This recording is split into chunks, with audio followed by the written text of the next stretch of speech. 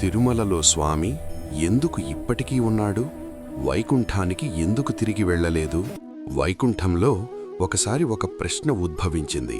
బ్రహ్మ, శివ, విష్ణువుల్లో ఎవరు సర్వోన్నతుడు? ఈ ప్రశ్నకు సమాధానం తెలుసుకోవడానికి మహర్షి భృగువు వెళ్ళాడు. విష్ణువును చూసి కోపావేశంలో ఆయన ఛాతిపై లక్ష్మీదేవి నివసించే వక్షస్థలంపై లాతవేశాడు. కాని విష్ణువు కోపపడలేదు. మీ కాలు నొప్పిపడలేదా అని శాంతంగా క్షమాపణ చెప్పాడు. ఈ సంఘటన లక్ష్మీదేవికి అవమానంగా అనిపించింది. ఆమె వైకుంఠాన్ని విడిచి భూమికి దిగింది. లక్ష్మీ లేకుండా ఉండలేక విష్ణువు శ్రీనివాసుడిగా భూమిపై అవతరించాడు. శేషాచలం కొండల్లో నివసించిన ఆయనను బ్రహ్మ, శివులు ఆవు, దూడ రూపాల్లో ప్రతిరోజూ పాలిచ్చి పోషించారు.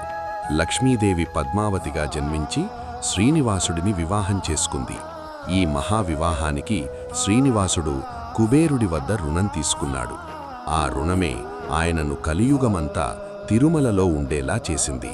అందుకే భక్తులిక్కడ ధనం సమర్పిస్తారు, దానం కాదు. శ్రీనివాసుడి రుణానికి సహాయం.